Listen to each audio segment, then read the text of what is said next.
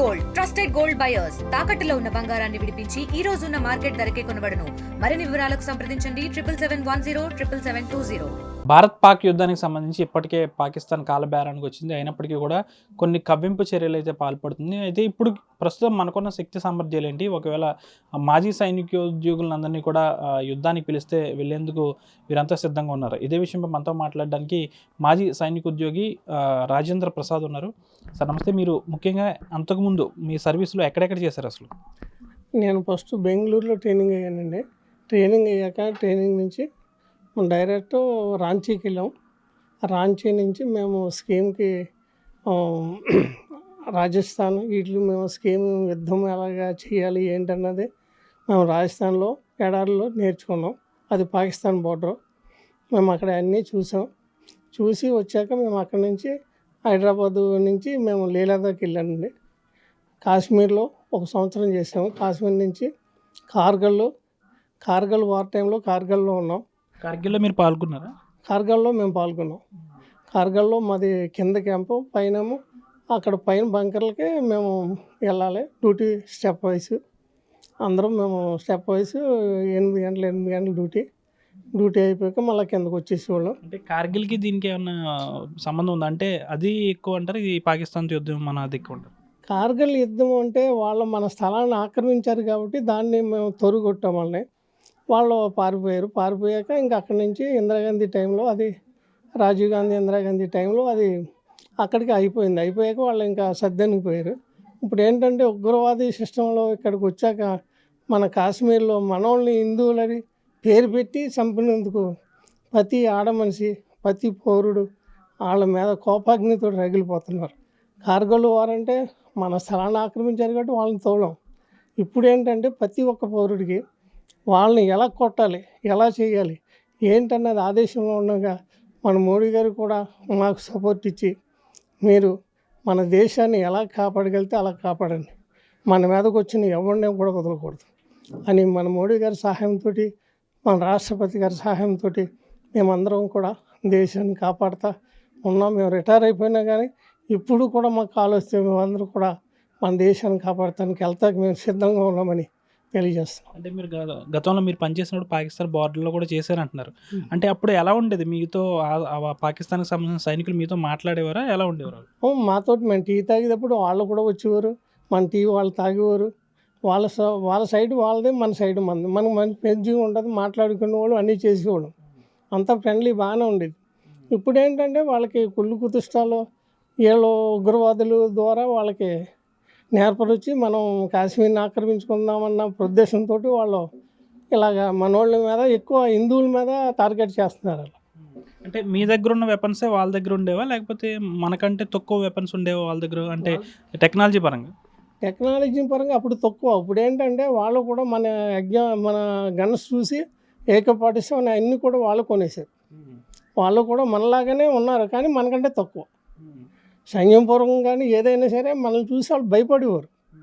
మన దాంట్లోకి వస్తాకైనా కూడా మేము దగ్గర రాంబాబు, మీ కుక్కలను చూసినా మాకు భయమే అని వాళ్ళు సపోర్ట్ మనకే ఇచ్చేవారు కానీ మనల్ని ఎప్పుడు కూడా తోలనాడేవారు కాదు. అంటే ఇంత ధైర్యం వాళ్ళకి ఎక్కడి నుంచి వచ్చింది అనుకుంటారు? అంటే ఉగ్రవాదులను పెంచి పోషించడం వల్ల ఈ విధంగా వచ్చిందంటారా? వాళ్ళకి ఇంత ధైర్యం లేదు కానీ ఉగ్రవాదుల వల్లే వాళ్ళకి ధైర్యం. ఉగ్రవాదులు ఏంటంటే చిన్నప్పటి నుంచి పిల్లల్ని ఎత్తుకుపోయి వాళ్ళకి నూరు పోసి ఇలాగని వారికి డబ్బులు ఇచ్చి వాళ్ళ తల్లిదండ్రులని వారిని పోషించుకుంటా వాళ్ళు ఏంటంటే నేను చచ్చిపోతాను ఎదరోని చంపేయాలన్న చిన్నప్పటి నుంచి వాళ్ళకి నూరు పోషించుకుని నుంచి వాళ్ళకి భయం లేకుండా అలా వచ్చి మనోళ్ళు అంటే వాళ్ళకి కోపాగ్నితోటి రగులుతున్నారు అంతే ఉగ్రవాదులు. అంటే ప్రస్తుతం మనకున్న శక్తి సామర్థ్యాలు ఏంటి? మనకున్న ఆయుధాలు ఏంటి? అసలు మనకున్న శక్తి సామర్థ్యాలు ఏంటి ప్రస్తుతం? మనకున్న ఏంటంటే మనం వాళ్ళు బాంబు వేసినా మనం ఆ బాంబు పేలకుండా ఆకాశంలోనే పేల్చి మన ఆయుధాలు మన దగ్గర ఉన్నాయి. రాపేటలో అన్నీ కూడా కొత్తవి మనం కొనేసారు మోడీ గారు. కొన్న గురించి మనకి ఎవడ బాంబు వేసినా ఎక్కడి నుంచి వేస్తున్నారన్నది తెలిసి ఆకాశంలోనే పేల్చి శక్తి మన దగ్గర ఉంది. మనకంటే వాళ్ళ దగ్గర ఏం బాంబులు లేవు కానీ మనకున్న బాంబులు లాగానే వాళ్ళు 1-2 కొనుక్కున్నారు అంతే మనం చూసి. అంటే మీరు ఇప్పుడు యుద్ధం చూస్తున్నారు వార్తల్లో, వాటిలో పరిస్థితి ఏ విధంగా ఉందంటారు? పరిస్థితి ఏముందంటే వాడు జపాన్ని చూసి వాడు కొంచెం ఉత్సాహంతో ఎదురుకు వస్తున్నాడు. చైనా చైనా కూడా వెనక్కి అడిగేస్తుంది. ఎందుకంటే ఇండియాతో ఎత్తుకుంటే అటు రష్యా ఇటు అమెరికా అందరూ కలిసిపోయారు, మనం మళ్ళీ దెబ్బతింటామని ఒక అడుగు వెనక్కి ఒక అడుగు ఎదరికేస్తుంది. దాని ఉద్యమం చూసుకుని ఈ పాకిస్తాన్ వాడు ఎదరికొస్తున్నాడు.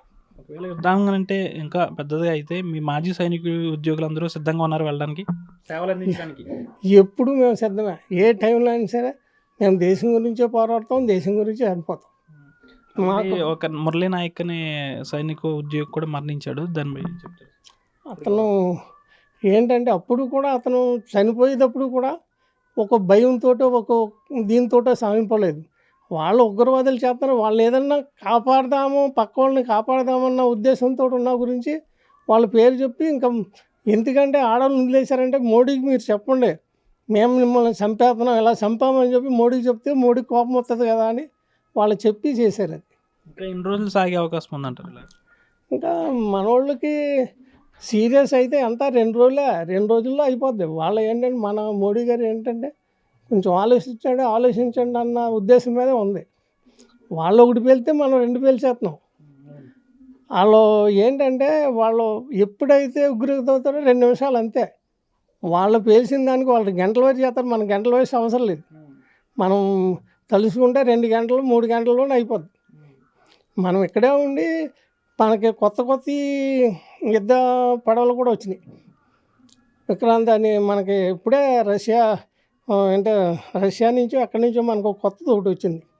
అది ఏ బాంబు ఎక్కడి నుంచి వేస్తున్నాడో అక్కడి నుంచే దాన్ని పేల్చే శక్తి దానికి ఉంది.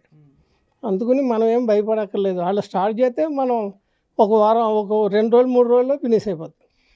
పాకిస్తాన్ వద్ద ఉన్న ఆయుధాలతో పోల్చుకుంటే భారతదేశం వద్ద ఉన్న ఆయుధాలు చాలా అత్యధికంగానే ఉంటాయి. కేవలం పాకిస్తాన్ ఆర్మీలో పనిచేస్తున్న సైనికులు చాలా పిరికి వాళ్ళు, ఎందుకంటే మేము వాళ్ళ దగ్గర నుంచి చూస్తాం. అయినప్పటికీ ఉగ్రవాదులు మాత్రమే వీళ్ళందరినీ కూడా రెచ్చగొట్టే ప్రయత్నం చేస్తూ ఉంటారు. ఏదేమైనప్పుడు కూడా యుద్ధం ఎన్ని రోజులు కొనసాగినా గెలిచేది ఇండియానే అని కూడా చెప్తున్నారు. అయినప్పటికీ ఒకవేళ యుద్ధం అనేది మరింత పెరిగితే మాజీ సైనికులను అందరినీ ఒకవేళ పిలిచిన మేమందరం మా శక్తి సామర్థ్యాలకు మించి పనిచేస్తామంటూ మాజీ సైనిక ఉద్యోగి రాజేంద్ర ప్రసాద్ అయితే చెప్తున్నారు.